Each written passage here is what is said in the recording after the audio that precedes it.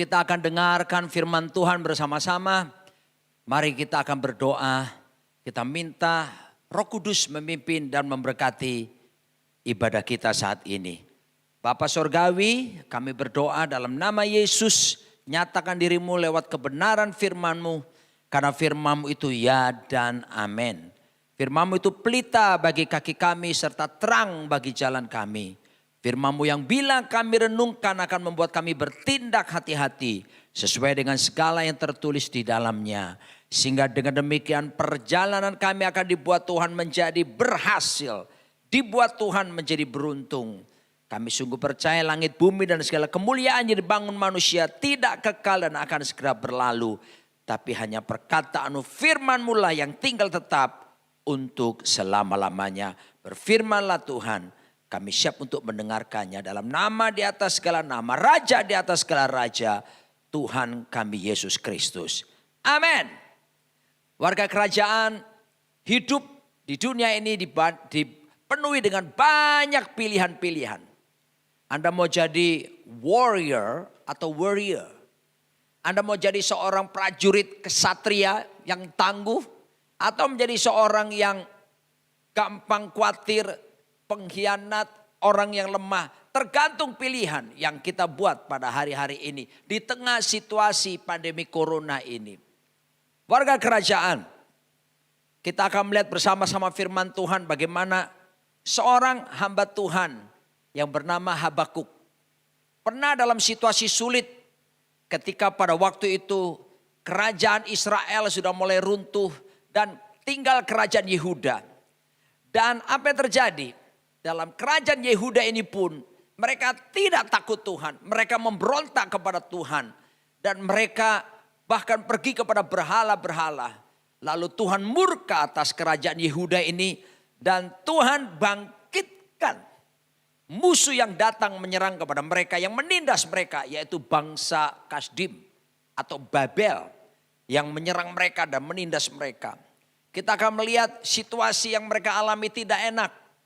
Dan dimulailah kitab Habakuk ini dari from complaining to praising. Dari komplain, ya, dari bersungut-sungut, menggerutu, menanyakan tentang kebesaran Tuhan. Dalam Habakuk 1 ayat yang kedua dikatakan begini. Berapa lama lagi, ya Tuhan, aku berteriak tetapi tidak kau dengar. Aku berseru kepadamu penindasan.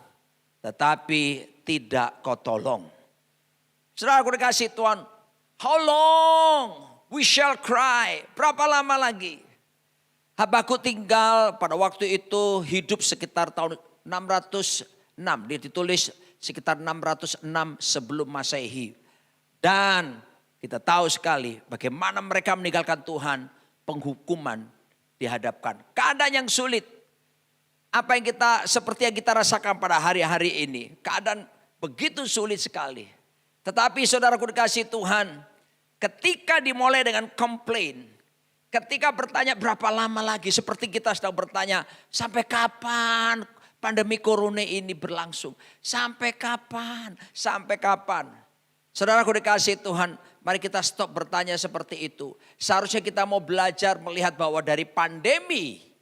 Kita harus melihatnya merubahnya menjadi akademi.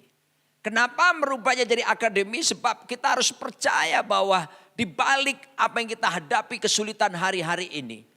Tuhan merancangkan untuk anak-anaknya maksud kebaikan. Tuhan merancangkan segala sesuatu untuk supaya kemuliaannya dinyatakan atas setiap kita. Ingat baik-baik, Tuhan tidak pernah kecolongan. God still in control. Tuhan tetap dalam kendalinya. Anything bad can happen, but God still sit on the throne. Sesuatu yang buruk, yang jelek bisa terjadi. Seperti yang kita alami pandemi corona hari-hari ini. Tetapi ingat Tuhan ada di takhta. Dia mengetahui jelas. Dan dia tidak pernah kecolongan. Apa yang Anda rasakan hari-hari ini. Kesulitan yang Anda hadapi. Beban berat yang Anda hadapi. Saya mau katakan Tuhan tahu persis apa yang kau alami. Dan Tuhan tidak akan pernah tinggal diam. Karena dia punya rencana dalam Roma pasal ke-8 ayat 28 sampai 29 dikatakan. Kita tahu sekarang bahwa Allah turut bekerja dalam segala sesuatu untuk mendatangkan kebaikan bagi mereka yang mengasihi Dia. Perhatikan, maksud kebaikan dinyatakan, yaitu bagi mereka yang terpanggil sesuai dengan rencana Allah. Dan kemudian ayat 29 dikatakan, sebab semua orang yang dipilihnya dari semula, mereka juga ditentukannya dari semula untuk menjadi serupa dengan gambaran anaknya, supaya ia anaknya itu menjadi yang sulung di antara banyak saudara. Perhatikan, our God is the God of the purpose. Tuhan kita adalah Tuhan yang bertujuan. Segala sesuatu yang terjadi di muka bumi ini diizinkan karena ada tujuan yang Tuhan ingin nyatakan. Dan saya harus beritahu kenapa kita ada di muka bumi ini. Kenapa kita diselamatkan. Kenapa kita ditebus. Perhatikan baik-baik. Kenapa kita dipilih. Alkitab mengatakan bahwasanya Tuhan mau supaya kita diubahkan menjadi serupa seperti Tuhan Yesus Kristus. Christ likeness, imago Dei, imago Christi dinyatakan dalam hidup setiap kita. Perhatikan, jadi tujuan hidup kita, saya ulangi sekali lagi dan saya tidak akan jemu-jemu mengulangi kepada setiap kita. The goal of our life, tujuan hidup kita, it's not to be rich nor to be famous. Bukan jadi kaya atau menjadi terkenal. Tidak salah jadi kaya diberkati, tidak salah menjadi terkenal. Tetapi tujuan utama daripada hidup setiap kita anak-anak Tuhan. Bahkan di tengah suasana yang tidak enak pandemi corona ini, saya tetap ingatkan kita punya tujuan hidup adalah menjadi serupa seperti Tuhan kita Yesus Kristus. Jadi perhatikan, dari pandemi seharusnya menjadi akademi. Ini akademi di mana kita sedang dibentuk oleh Tuhan. Semakin menyerupai Tuhan kita Yesus Kristus. Pada waktu saya terpapar COVID-19, 16 hari di rumah sakit itu. Hal pertama yang saya lakukan adalah saya mengevaluasi diri saya. Dan saya menemukan kenyataan bahwa justru saya mengucap syukur kepada Tuhan. Dan tak henti-hentinya di tempat pembaringan rumah sakit tersebut. Saya bersyukur. Kenapa? Saya melihat bahwa memang ada yang disebut dengan hajaran Tuhan, teguran Tuhan. Tapi jangan lupa ada ajaran Tuhan. Ada ajaran, ada hajaran. Tapi di balik semuanya itu Tuhan punya maksud. Dan Tuhan mengembalikan kembali untuk semua yang saya lakukan dan rencanakan dalam hidup ini. Harus berpusat kepada satu tujuan. Harus kembali kepada satu tujuan. Yaitu keserupaan dengan Tuhan Yesus Kristus. Dan untuk itu saya bersyukur dan saya bahkan bisa bersuka cita. Mari warga kerajaan, kita ingat baik-baik bahwa Tuhan punya rencana yang luar biasa di balik keadaan yang tidak mungkin ini. Dan ketika Habakuk terus mengeluh, dan jangan lupa sebetulnya arti nama Habakuk bagus sekali. Habakuk artinya embrace, memeluk. Sebelum saya lanjutkan lebih dalam, warga kerajaan yang bersama keluarga di rumah hari ini, suami tolong dekati istrimu, dekati anak-anakmu, oke? Dan yang kita lakukan sekarang adalah peluklah pasanganmu. Aha, ketika kita berpelukan, wow, energi positif mengalir, persarafan kita akan berkembang luar biasa dan ada kesehatan yang diberikan. Di Amerika dibuat survei penelitian bahwa ketika ada rumah tangga yang konflik terus terjadi, bahkan menuju perceraian, ketika satu hari ada terapi khusus, saling berpelukan saja. Satu hari 8 kali berpelukan, 8 kali, dan akhirnya dalam survei tersebut banyak pasangan untuk membatalkan niat untuk bercerai tersebut, ya. Jadi mari sama-sama peluk pasanganmu, ya, haleluya, peluk anak-anakmu, lepaskan berkat kepada mereka. Dan kita lihat bersama-sama, ketika dia komplain, tidak ada perubahan yang terjadi. Yang namanya complaining, murmuring, ngedumel, perhatikan. Itulah salah satu alasan kenapa bangsa Israel tidak bisa sampai ke tanah Kanaan dalam waktu yang cepat. Dan generasi pertama harus mati di padang gurun.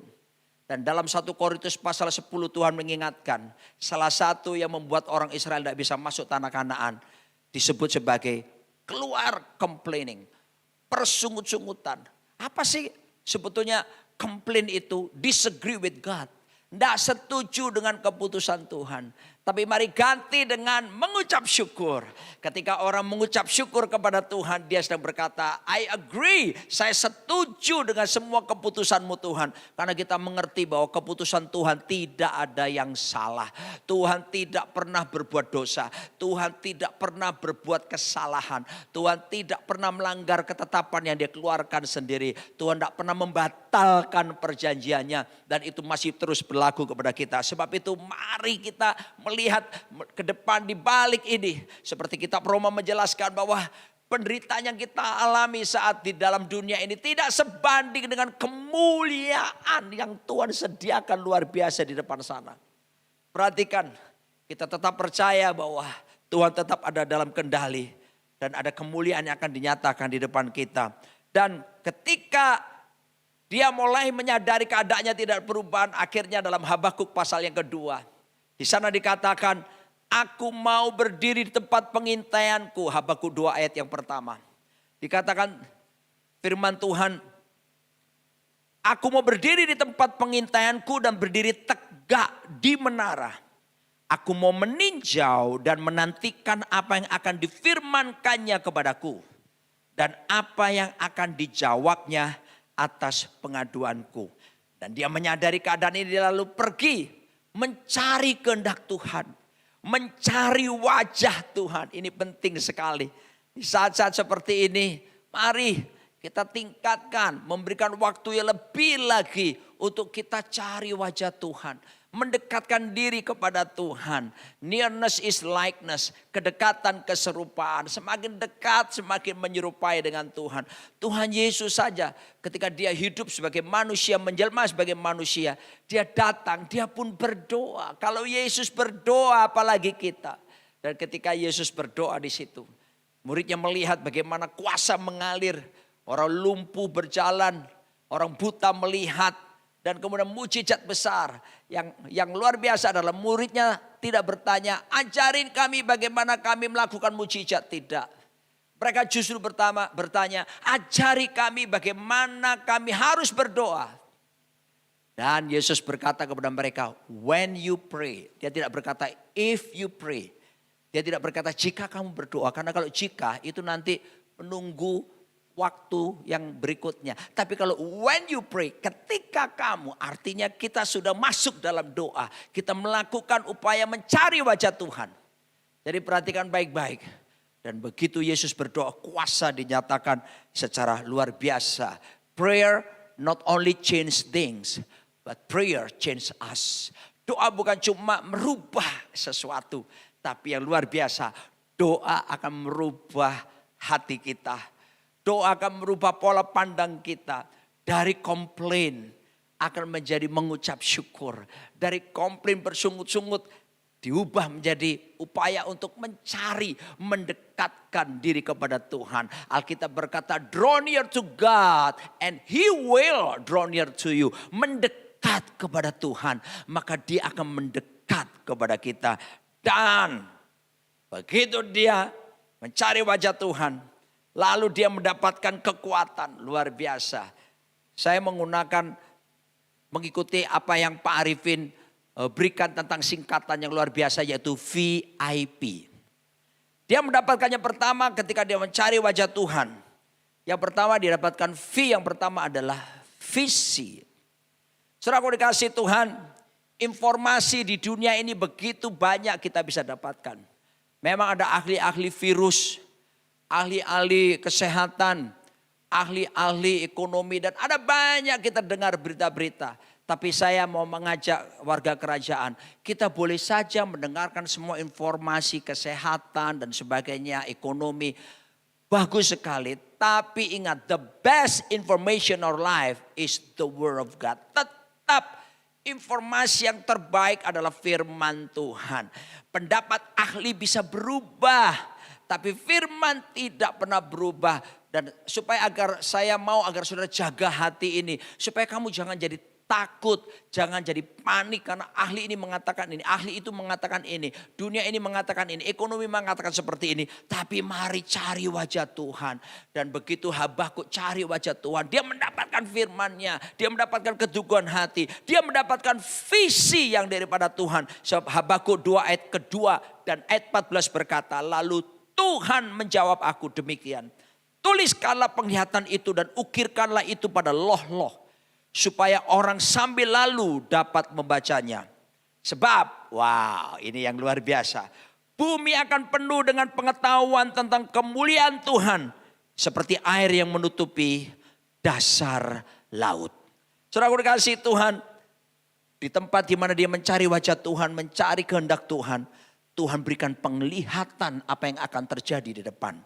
Nah, saya harus beritahu, bukankah janji daripada Tuhan bahwa kalau Roh Kudus dicurahkan, dia memberikan kuasa. Kita akan melihat teruna-teruna kita akan mendapatkan penglihatan. Orang-orang tua akan mendapatkan mimpi. Anak-anak kita akan bernubuat. Kita akan melihat Yoel pasal 2 tergenapi. Tapi bagaimana caranya? Cari Tuhan. Cari kehendak Tuhan. Itu akan menjadi kekuatan bagi setiap kita. Saudaraku dikasihi Tuhan Yesus Kristus. Jadi dimasukkan dalam kebenaran firman Tuhan ini agar supaya ketika ada di tempat yang tinggi, visi kita dapatkan itu. Apa itu visi? Visi adalah pandangan ke depan tentang apa yang akan Tuhan lakukan bagi kita yang sudah bisa kita lihat dari sekarang. Itulah visi. Lihat baik-baik bahwasanya saya melihat bahwa pengetahuan kemuliaan akan Tuhan akan menutupi bumi seperti air menutupi samudra raya. Ketika anak-anak saya masih kecil, mereka suka sekali rebutan pencet lift. Ketika kami ada waktu itu kami masih ada di Mataram, Pulau Lombok. Jadi waktu itu jarang ada gedung pakai lift ketika anak-anak masih kecil di sana. Jadi kalau kami bawa ke Surabaya atau ke Jakarta, mereka suka pertama rebutan mencet lift. Tapi kalau sudah masuk di lift, apa yang terjadi? Begitu ada banyak orang di dalam, mereka tidak bisa lihat apa-apa. Dan apa yang dilakukan oleh anak-anak? Salah satunya berkata, Papa, endong. Dan saya sebagai orang tua, saya gendong anak saya. Dan saya sejajarkan matanya dengan saya. Baru dia lega, dia bisa lihat sekeliling dengan baik. Di saat ini, kepanikan banyak melanda orang, ketakutan, seperti tidak ada harapan. Ya, karena kita sedang melihat berita di sekitar kita yang begitu menakutkan. Tapi mari kita mencari wajah Tuhan. Naik ke menara ini saya tidak berbicara tentang gedung yang tinggi. Tapi saatnya kita mencari wajah Tuhan sungguh-sungguh. Mendekatkan diri kepada Tuhan. Seperti pemazmur berkata bahwa hanya dekat Allah saja. Kiranya aku tenang. Sebab daripadanya lah harapanku. Hanya dia gunung batuku dan keselamatanku. Kota bentengku, aku takkan goyah. Ketika kita mendekatkan diri kepada Tuhan.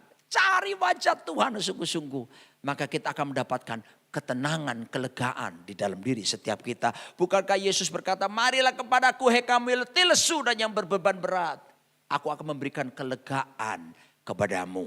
Nah, saudara dikasih Tuhan, jadi dia dapatkan visi. Haleluya. Dia bisa melihat sesuatu yang tidak bisa dilihat oleh orang lain. Dan dia bisa melihat ada rencana Tuhan yang indah. Ada kemuliaan yang akan dinyatakan di depan sana. Dan saya harus katakan kepada kita, setelah itu bukan cuma visi yang dia dapatkan. Dia dapatkan ini adalah iman. Wow. Di dalam Habakuk pasal 2 ayat keempat di sana dikatakan, sesungguhnya orang yang membusungkan dada tidak lurus hatinya. Tetapi orang yang benar itu akan hidup oleh percayanya. The just shall live by faith. Menurut Josh Barna dalam survei yang diadakan di Amerika. Baru-baru ini dalam masa pandemi corona ini. Berapa banyak keluarga-keluarga yang sudah tidak bisa ke gereja.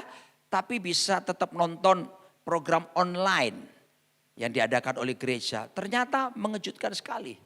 Hanya sekitar 40% mereka yang menyaksikan program online dari gereja aja. Dan dari 40% itu 23%-nya malah mencari program daripada gereja yang lain. Dan bukan gerejanya itu sendiri. Tapi saya menyoroti tentang sekitar 40%. Berarti ada sekitar 60% orang yang tidak mengikuti ibadah. Mereka nggak tahu mau bikin apa. Bahkan survei dari Bilangan Research Center menyatakan bahwa keluarga-keluarga di masa pandemi corona ini hanya sekitar 10% yang membangun mesbah keluarga. Halo para suami, halo para pemimpin keluarga. Saya berdoa supaya kita tidak dalam bilangan 90% yang tidak melakukan mesbah keluarga. Ini saatnya mencari wajah Tuhan.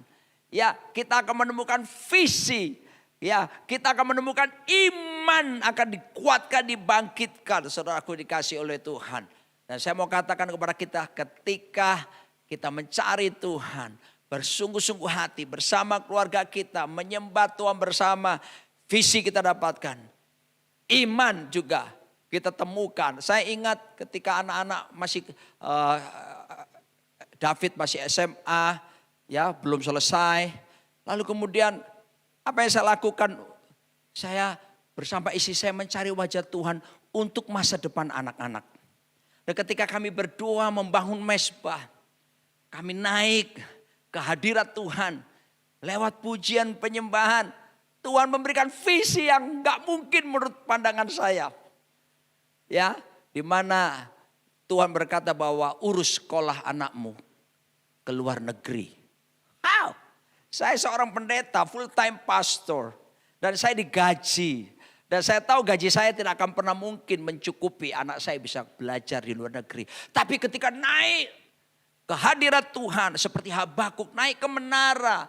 Dan mendapatkan penglihatan, visi, suara Tuhan, pernyataan Tuhan, janji-janji Tuhan. Dan ketika Tuhan berkata urus sekolah anakmu ke luar negeri, saya berkata kepada istri saya dan istri saya berkata kalau itu memang dari Tuhan kita aminkan. Hari ini saya bersaksi di hadapan saudara. Yang gak mungkin jadi mungkin. David sudah selesai S2 di Amerika, Anda tahu semuanya. Tirsa juga sudah selesai S2 di Amerika, sekarang tinggal Tevi. Saudara aku dikasih Tuhan, mari di saat-saat seperti ini cari wajah Tuhan. Temukan kehendak Tuhan, temukan visi. Anda mendapatkan iman, the just shall live by faith. Orang benar hanya bisa hidup oleh karena percayanya, oleh karena imannya kepada Tuhan. Sebab kalau enggak, kita enggak punya deposito iman. Justru deposito yang paling aman adalah deposito iman. Karena kalau deposito iman kita ada, maka imun jadi naik. Ya, iman, deposito iman menghasilkan imun jadi naik. Dan kita akan dibebaskan dari segala bentuk kekhawatiran dan ketakutan akan masa depan. Ada 4 F yang kita harus perhatikan sehubungan dengan kebenaran ini. F yang pertama adalah fear not. Fear not, for I'm with you. Fear not, for I'm with you. Fear not. For I'm with you, says the Lord. Jangan takut, ku sertamu, jangan takut. Ku sertamu, jangan takut. Ku sertamu, kata Tuhan. Bukankah namanya Immanuel? Selalu menyertai kita. Anda rasa atau Anda tidak rasa. Hadiratnya, penyertaannya. Bukankah Roh Kudus di dalam diri kita? Kita dijadikan bait sucinya. Luar biasa. F pertama, fear not. Yang kedua, fret not. Fret not itu artinya jangan kita resah. Jangan gundah gulana. Jangan kita merasa jadi jemu. Rasa bosan. Haleluya. Ya, justru kalau kita jadi resah, maka membuat kita jadi stres. Sistem imun kita melemah. Nah itu seringkali. Serangan, sakit, penyakit akan datang. Fear not, fret not, and then forget not. Ya, jangan melupakan janji-janji Tuhan. Ingat, janji Tuhan itu sangat teruji. Tuhan kalau sudah janji, tanda petik nih ya, dia terjebak dengan janjinya. Artinya apa? Dia harus menggenapi janji itu. Makanya ketika cari wajah Tuhan, temukan janji Tuhan. Dan kalau Anda temukan janji Tuhan, percayalah Tuhan tidak akan pernah ingkari perjanjiannya, janjinya kepada setiap kita. F yang keempat adalah faint not. Faint not, jangan kita jadi pusing dengan keadaan. Saudaraku dikasihi Tuhan, bukan berarti saya mengajar saudara untuk enggak anggap semuanya ini. Enggak, artinya mari kita mulai menguasai diri kita dalam hadirat Tuhan. Ibarat kita ini seperti kawat kecil, lalu Tuhan itu tiang yang besar. Kalau kawat kecil ini ditekuk-tekuk satu persatu begini, maka mudah patah. Tapi kalau kawat kecil itu ditempelkan ke tiang yang kokoh itu, Anda tidak akan pernah bisa menekuknya, bahkan mematahkannya. Ketika kita menempel, kita tinggal di dalam Tuhan. Kekuatan Tuhan akan mengalir. Diberinya visi tentang kemuliaan Tuhan. Kita bisa melihat bahwa ada rancangan yang indah di balik semuanya ini. Tapi juga kita akan menemukan iman. Dan perhatikan Roma 10 mengajarkan. Iman datang dari mana? Iman datang dari pendengaran. Pendengaran akan apa? Firman Kristus. Maka jemaat, ini saatnya kita banyak baca, renungkan, perkatakan firman. Ketika kita rajin memperkatakan firman, rajin memperkatakan janji-janji Tuhan, maka firman itu akan berubah menjadi firman iman. Dari firmannya tertulis menjadi firman iman. Dan ketika dia berubah menjadi firman iman, didengar oleh telinga kita, bangkitlah iman kita. Dan itu akan menjadikan kita memiliki imun yang kuat. Memiliki sukacita, pengharapan di dalam Tuhan. Lalu kemudian P yang terakhir. V-nya adalah ingat visi. I-nya adalah iman. P adalah pujian. Praise. Haleluya. Alkitab mengatakan dalam Habakuk 3 ayat ke-17. Di sana dikatakan sekalipun pohon ara tidak berbunga. Pohon anggur tidak berbuah. Hasil pohon zaitun mengecewakan. Sekalipun ladang-ladang tidak menghasilkan bahan makanan. Sekalipun gaji saya dipotong Pak. Sekalipun saya mengalami PHK. Sekalipun seperti jalan buntu Pak. Sekalipun ekonomi lagi sulit dan tidak ada pengharapan lagi.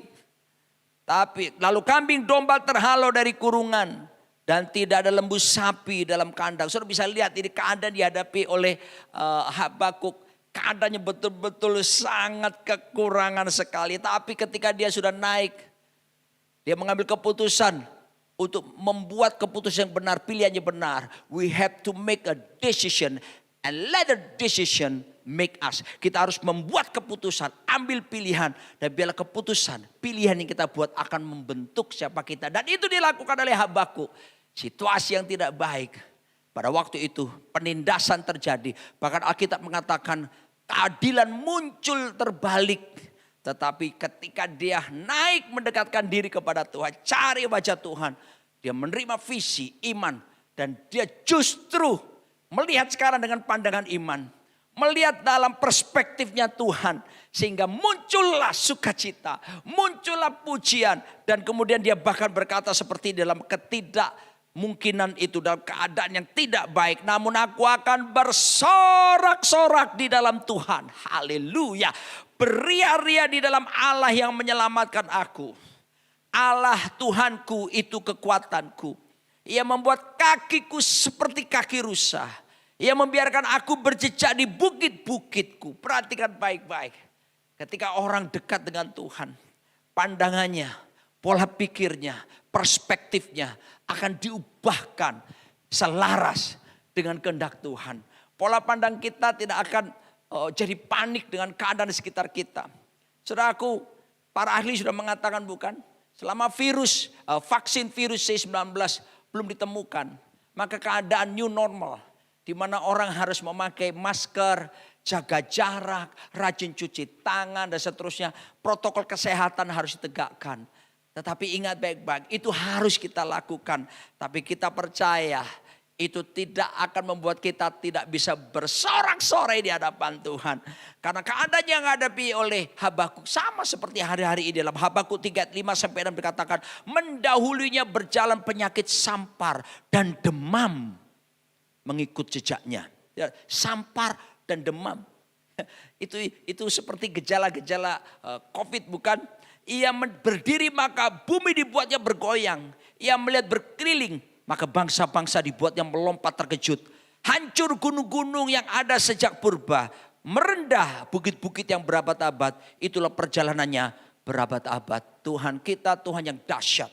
Tuhan yang besar dan luar biasa. Sekarang keputusan ada di tangan setiap kita. Mari kita mau jadi warrior atau warrior. Pilih saudaraku, katakan saya mau jadi prajuritmu Tuhan. Saya mau menjadi kesatriamu.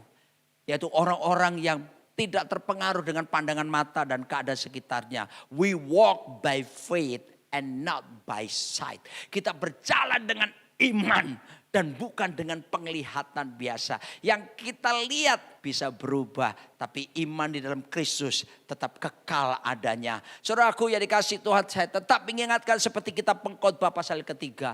Bahwa segala sesuatu ini ada waktunya, ada musimnya, ada masanya. Dan di bawah kolong langit ada musimnya, ada masanya. Tetapi ingat baik-baik, pandemi ini tidak akan selama-lamanya. Ya, ada musimnya. Tapi yang selama-lamanya hanya Tuhan dan firman-Nya. Kuatkan, teguhkan hatimu.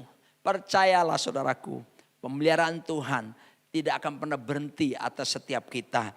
Dan saya akan menutup dengan ada 4 tipe orang di dalam dunia ini. Yang pertama, 4 types of people. Yang pertama, people who watch things happen. Orang yang cuma nonton, ngeliat, gak bikin apa-apa. Sikap orang-orang seperti ini ngapain? Nunggu. Ya gua nunggu aja deh. Gua nunggu aja deh. Tidak melakukan sesuatu. Saudaraku dikasih Tuhan ya. Maka tidak terjadi apa-apa dalam kehidupannya. Yang kedua, people who let things happen. Ya udahlah, let it be. Ya kui sera-sera. Whatever will be, will be. Ya sudahlah. Gini aja, biarin aja deh leh. Saudaraku dikasih Tuhan. Ya pasrah dalam keadaan. Tapi yang orang ketiga, people who ask, what happened? Ada apa sih? Ada apa ini? Gitu ya. Tapi saya ajak saudara melangkah dalam tipe yang keempat. Haleluya. Tipe keempat berkata, people who make things happen. Orang yang membuat justru menjadi kenyataan. Orang-orang inilah yang akan, saudaraku, bukan dilindas oleh sejarah. Bukan menjadi korban sejarah. Tapi dia disebut dengan the agent of change. Agen perubahan. Pilihan di tangan kita masing-masing. Dan saya percaya tetap perjanjiannya tidak akan diubahkan. Buat setiap kita yang berharap kepadanya. Semua kita di balik apa yang kita hadapi. Ada maksud kebaikan yang Tuhan akan nyatakan kepada kita. Jangan khawatir apa yang kamu makan. Jangan khawatir apa yang kamu minum. Jangan khawatir apa yang kamu pakai. Semua dicari bangsa yang tidak mengenal Tuhan. Tapi ingat baik-baik. Tetap carilah dahulu kerajaan Allah serta kebenarannya. Tuhan menjamin maka semuanya itu akan ditambahkan kepadamu. Pemeliharaannya tetap berlaku bagi setiap kita. Burung di udara aja dikasih makan. Mereka tidak punya handphone seperti saudara. Tapi mereka bisa menikmati pemeliharaan Tuhan. Apalagi kita putra putri kerajaannya. Dan Alkitab mengatakan, Yesus berkata bahwa kesusahan sehari cukup sehari. Kesusahan esok punya kesusahan sendiri. Jalani hari-hari ini. Dekat terus pada Tuhan. Maka Anda akan melewati suatu keheranan dan berkata, puji Tuhan, Eben Haeser sampai di sini. Tuhan menyertai kita dan aku percaya sampai seterusnya. Tuhan tidak akan meninggalkan kita dan selalu menyertai kita. Terpujilah nama Tuhan. Warga kerajaan, harapan selalu ada di dalam Tuhan. Hanya dekat Allah saja kiranya kita tenang daripadanya keselamatan. The greatest miracle from God to us is salvation. Mujizat terbesar dari Tuhan kepada kita adalah keselamatan. Kalau keselamatan lewat putranya Yesus sudah diberikan. Dan Yesus yang terbaik milik sorga diberikan. Apalagi fasilitas yang lain. Pemeliharaan, perlindungan, pertolongan.